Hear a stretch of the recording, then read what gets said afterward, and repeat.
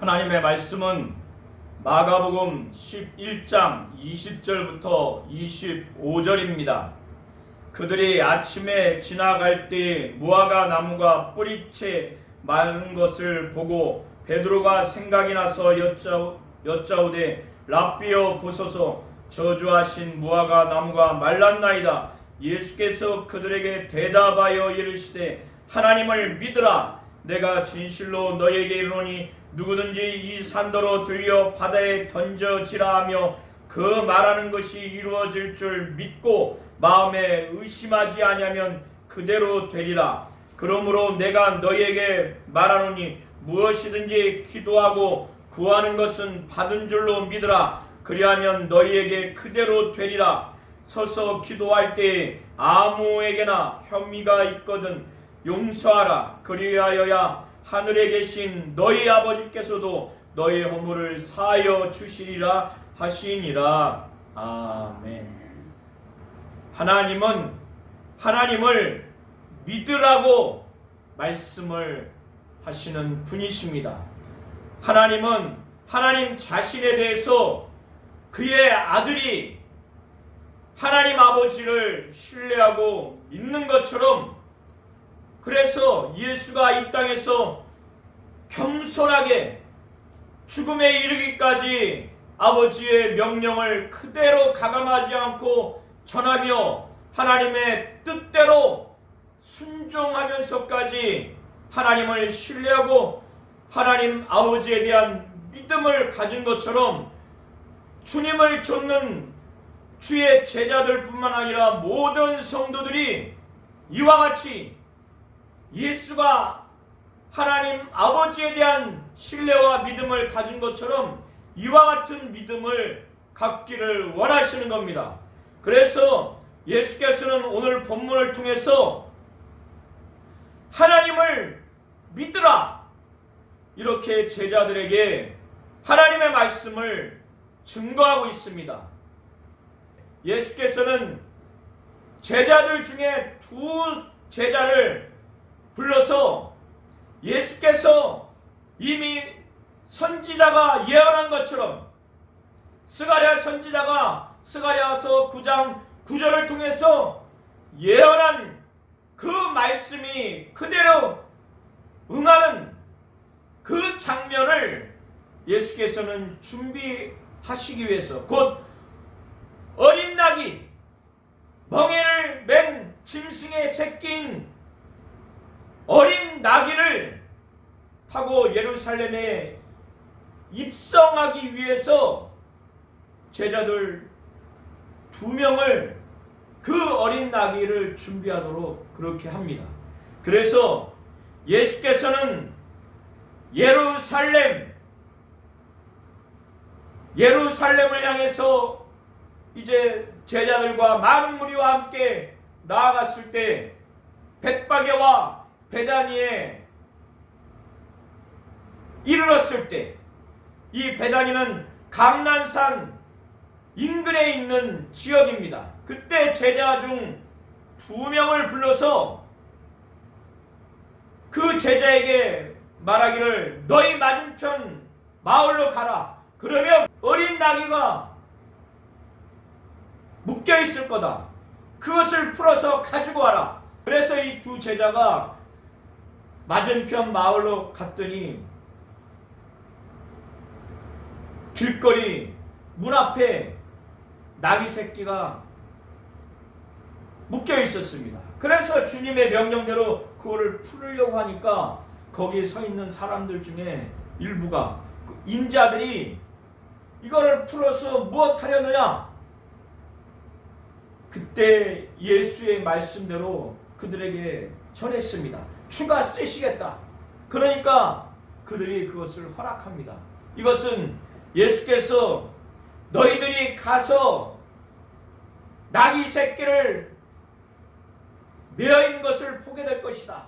그거를 풀어올 때 어떤 사람들이 이거를 어떻게 하려고 하느냐, 어디에다가 뭘 하려고 하느냐, 이런 질문을 했을 때 그들에게 주가 쓰시겠다 이렇게 답변하라고 이미 말씀을 했기 때문에 그렇습니다. 그래서 나귀 새끼를 데리고 왔어요. 그런데 나귀 새끼는 사람을 한 번도 태워본 적이 없어요. 이미 예수께서 말씀을 하셨습니다. 나귀 새끼, 어떤 사람도 타보지 않는 나귀 새끼가 묶여 있을 거다. 그거를 끌고 와라. 이미 이렇게 말씀을 하셨습니다.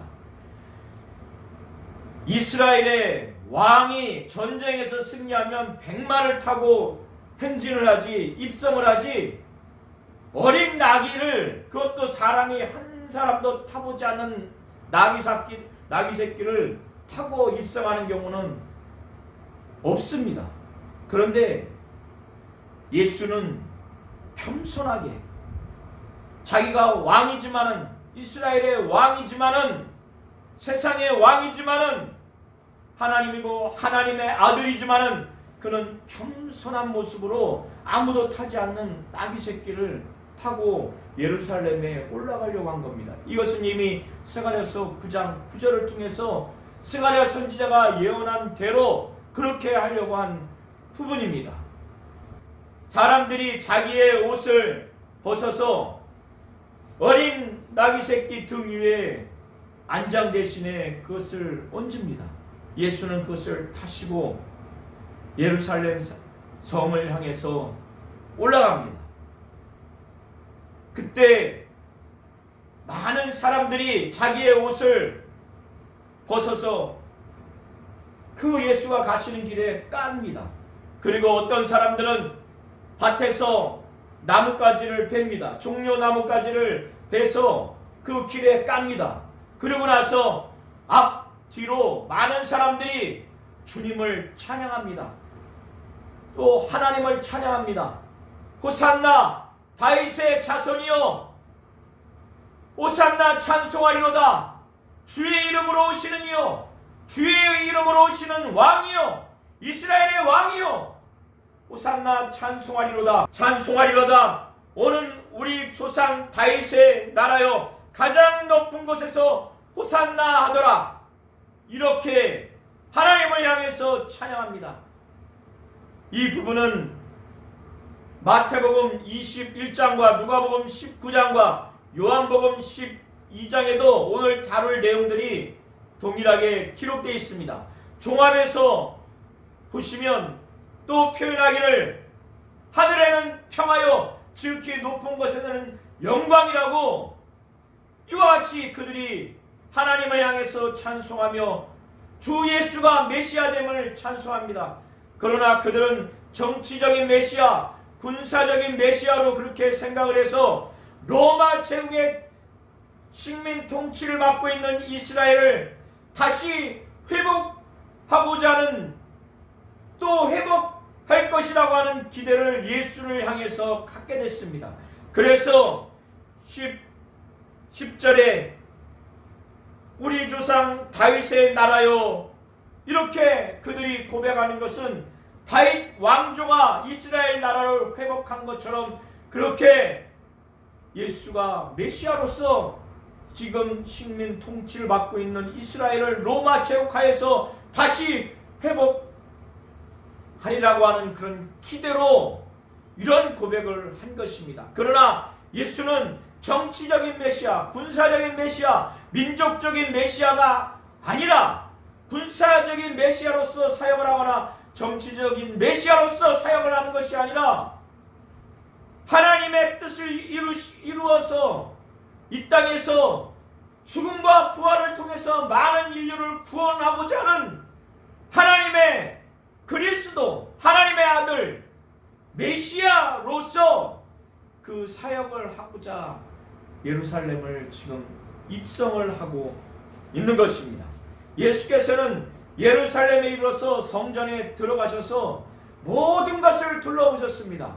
예수는 성전이 하나님의 뜻대로, 하나님을 섬기는 대로 운영되지 않는 모든 것들을 둘러보셨습니다. 그런데 이미 저녁이 됐기 때문에 제자들을 데리고 베다니로 가셨습니다. 그 다음날 아침에 예수와 제자들과 많은 무리들이 베다니에서 나왔을 때 예수는 시장하셨어요.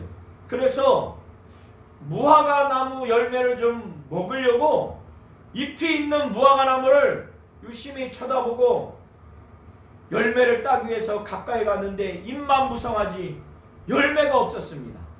그래서 예수께서는 이 무화과를 향해서 말씀을 합니다. 저주의 말씀을 선포합니다. 이제부터 열매를 맺지 못하리라. 이제부터 영원토록 사람이 내게서 열매를 따먹지 못하리라. 이 말씀을 증거했고 제자들도 이것을 듣게 됐습니다.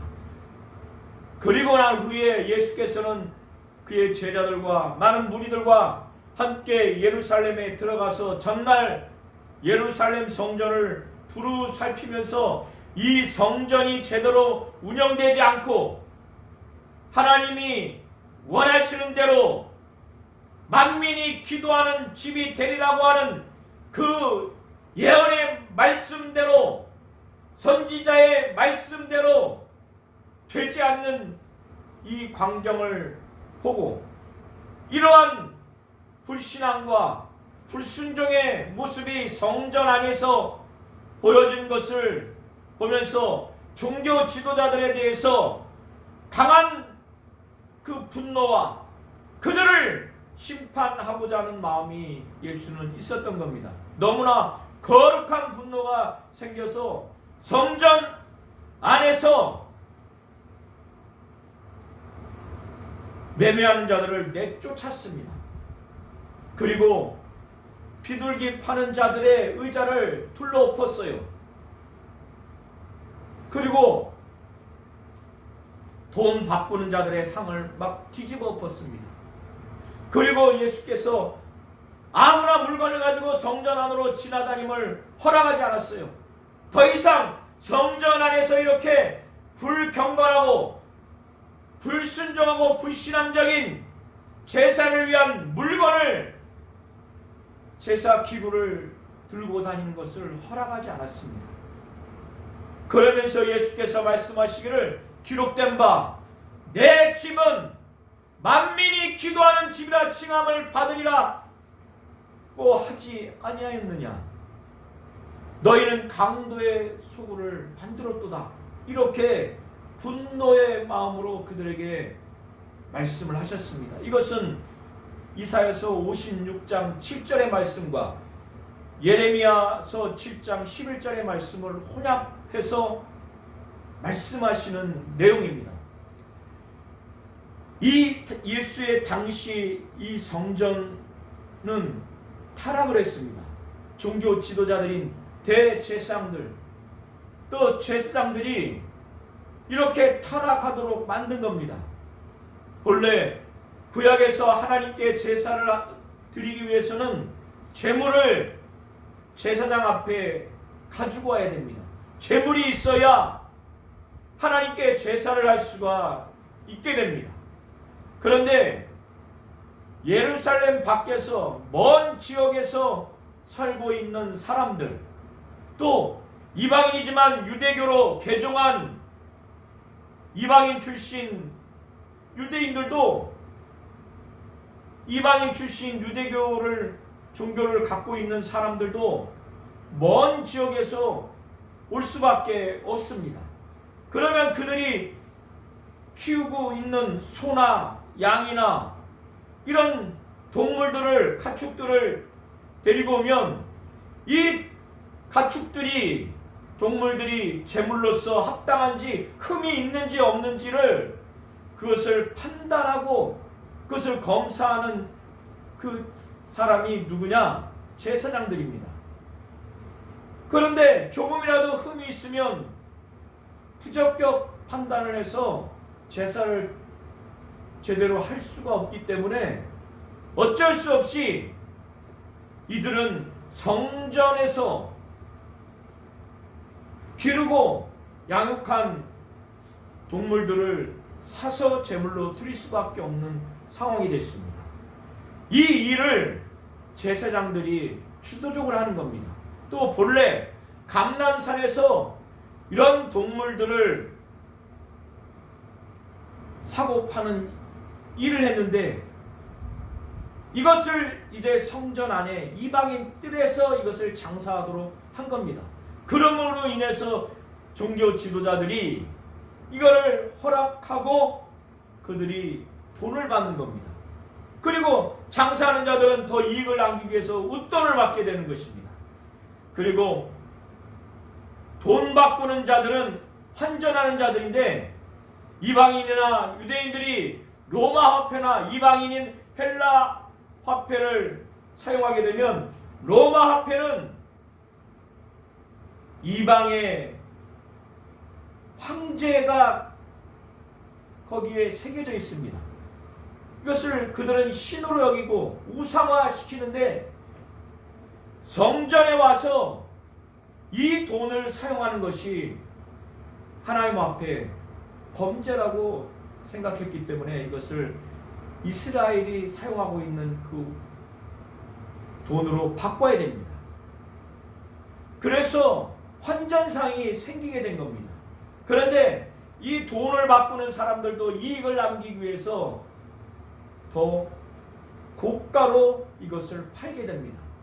그래서 성전 안에서 환전상과 동물을 파는 이 매매상들의 이 상업을 하도록 그렇게 한 다음에 종교 지도자들은 그것을 관리하도록 함으로 인해서 그걸 허락함으로 인해서 돈을 받게 됩니다.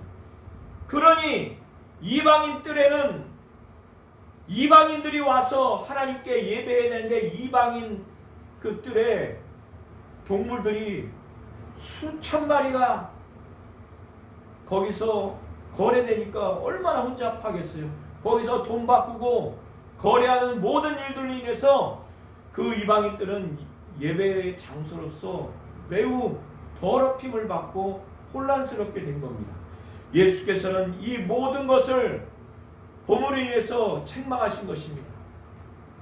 이 성전은 만민이 기도하는 집이라 칭함을 받으리라고 하지 아니하였느냐? 너희는 강도의 소굴을 만들었도다. 이렇게 말씀을 하신 겁니다. 이렇게 대제사장들과 서기관들이 그 종교 지도자들이 자기들이 그렇게 성전을 운영하도록 그렇게 했는데 그 부분을 더럽다 여기고 그것을 책망하고 그것을 부정하게 여겨서 이렇게 예수께서 말씀하시고 행하신 모든 것들을 보고 들음으로 인해서 이들은 마음에 분노가 일었겠죠. 그래서 예수를 어떻게 하면 죽일까 하고 아주 꾀하고 있었습니다. 모의하고 있었습니다. 그러나 예수를 그럼에도 두려워했어요. 왜 그러냐? 많은 무리들이 예수의 교훈을 아주 놀랍게 여겨서 그 말씀을 청정하고 있었던 거예요. 그래서 참 선지자로 그렇게 여겼던 겁니다. 예수께서 예루살렘에 들어왔을 때 온 성이 소동했을 때 무리들이 물었어요.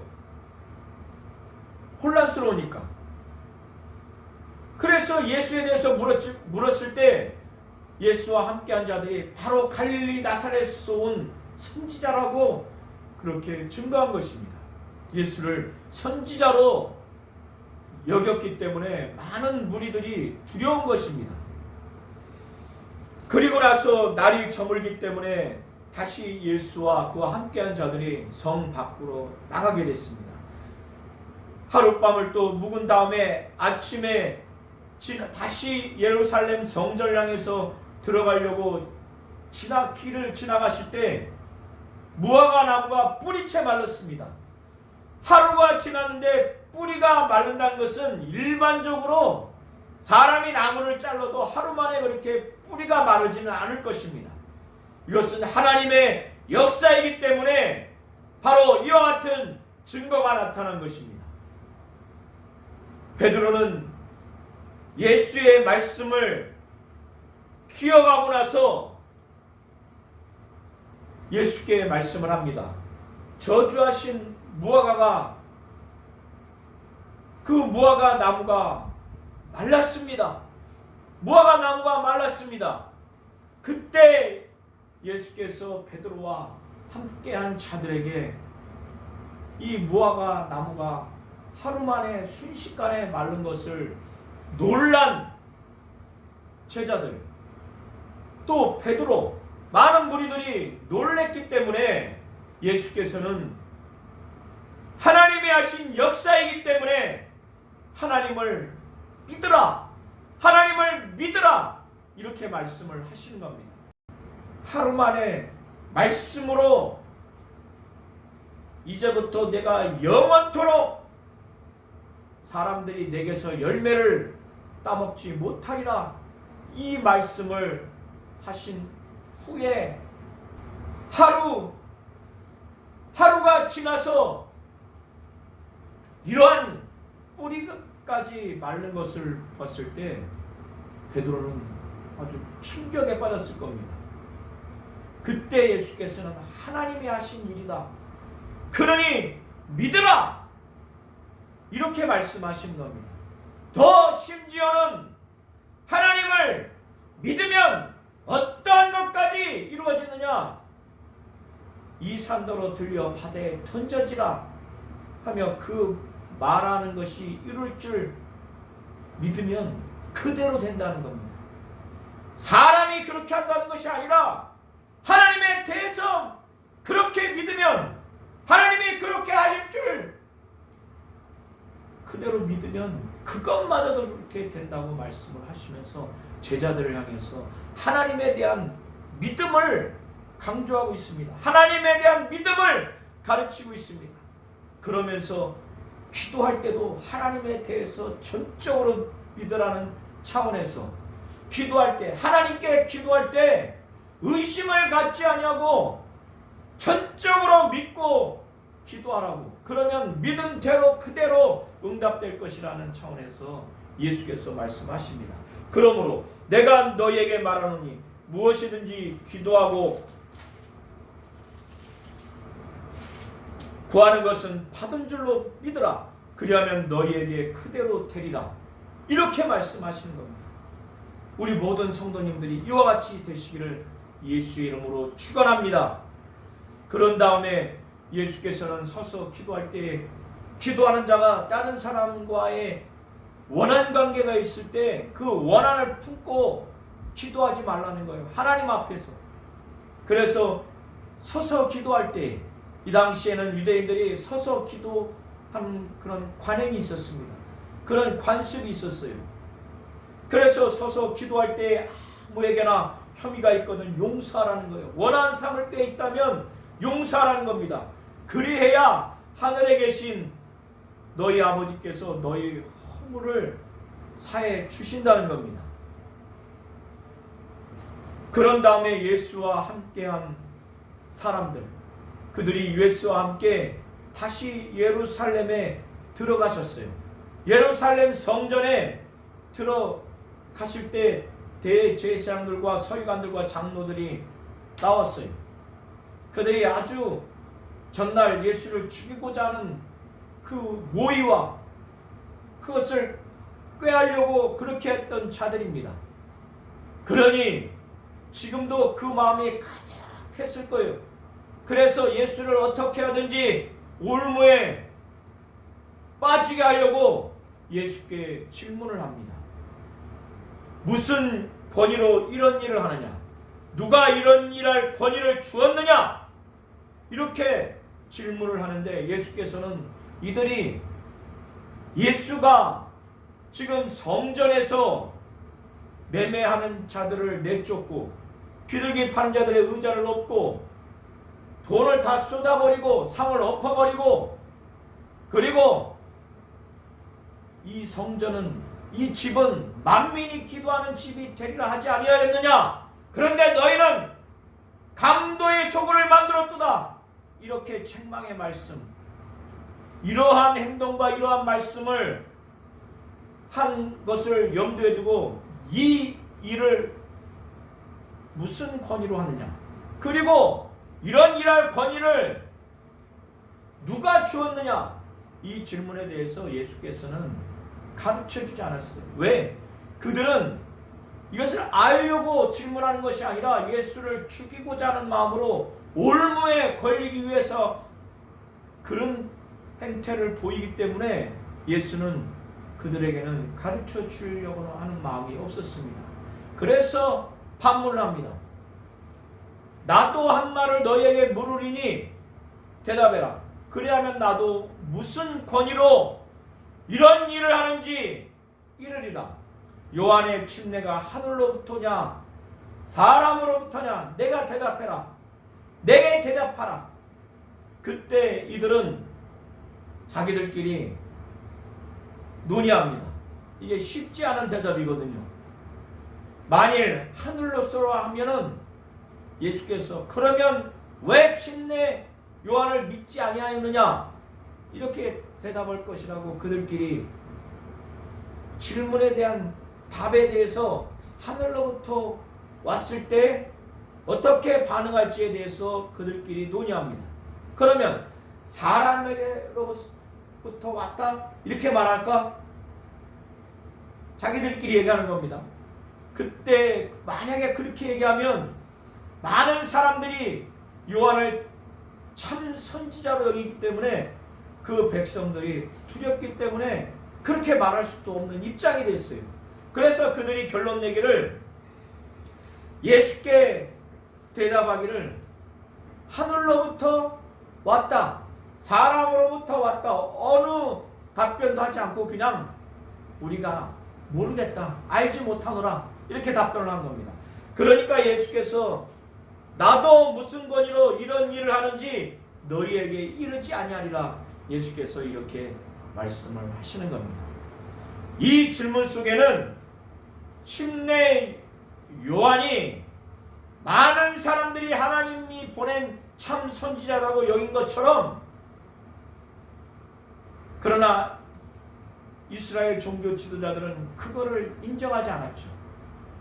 많은 사람들이 그렇게 침례 요한의 침례가 하늘로부터 왔고 침례 요한이 하나님이 보내신 참 선지자라고 인정한 것처럼 예수 자신이 하늘로부터 여기서 하늘로부터라고 하는 것은 하나님으로부터라고 하는 의미입니다.